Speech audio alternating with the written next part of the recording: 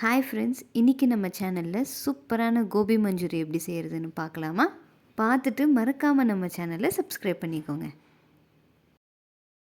காலிஃப்ளவரை நல்லா க்ளீன் பண்ணியிருக்கோம். ஃப்ரெஷ்ஷாக இருக்கிறனால புழு எதுவும் இல்லை.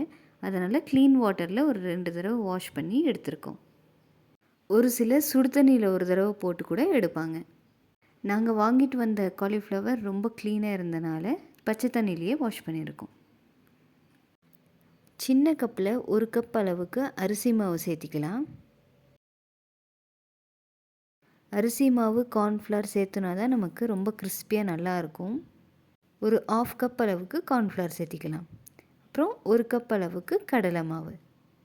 ஒரு சிலர் மைதா மாவு சேர்த்துவாங்க. மைதா மாவு சேர்த்துனோன்னா போண்டா டைப்பில் ரொம்ப சாஃப்டாக இருக்கும், கிறிஸ்பியாக இருக்காது. அதனால் மைதா மாவு சேர்த்த தேவையில்லை.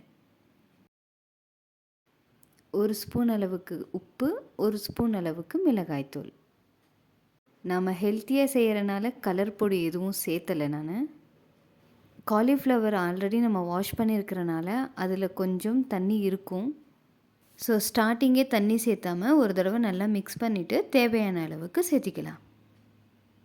கடையில் எப்படி க்ளீன் பண்ணி செய்கிறாங்க அப்படின்ட்டு நம்ம பார்க்குறதில்ல. ஸோ முடிஞ்ச அளவுக்கு வீட்லேயே செஞ்சு சாப்பிடுங்க. பாருங்கள், நல்லா மிக்ஸ் பண்ணியாச்சு. இந்த கன்சிஸ்டன்சியில் இருக்கட்டும்.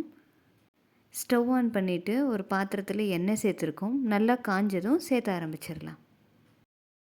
அப்போது கிளறி விட்டுட்டுருக்கலாம். ஒரு 5லிருந்து 10 நிமிஷம் போல் ஆகும். மீடியம் ஃப்ளேம்லேயே இருக்கட்டும்.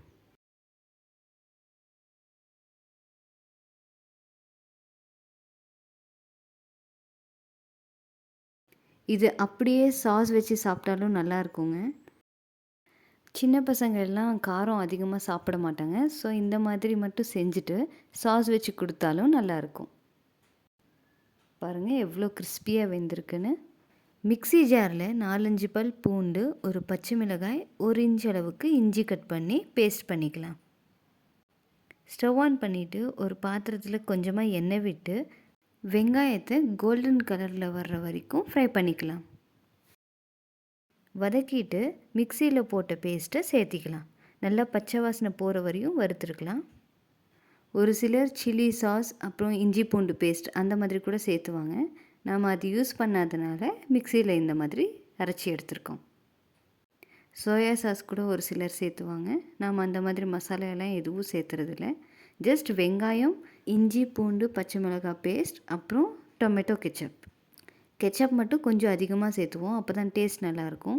எல்லாத்தையும் சேர்த்திட்டு ஃப்ரை பண்ணி வச்சுருக்கிற கோபியையும் சேர்த்திக்கலாம்.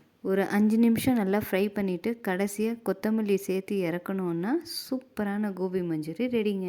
வீடியோ உங்களுக்கு பிடிச்சிருந்தா மறக்காமல் நம்ம சேனலை சப்ஸ்கிரைப் பண்ணிக்கோங்க.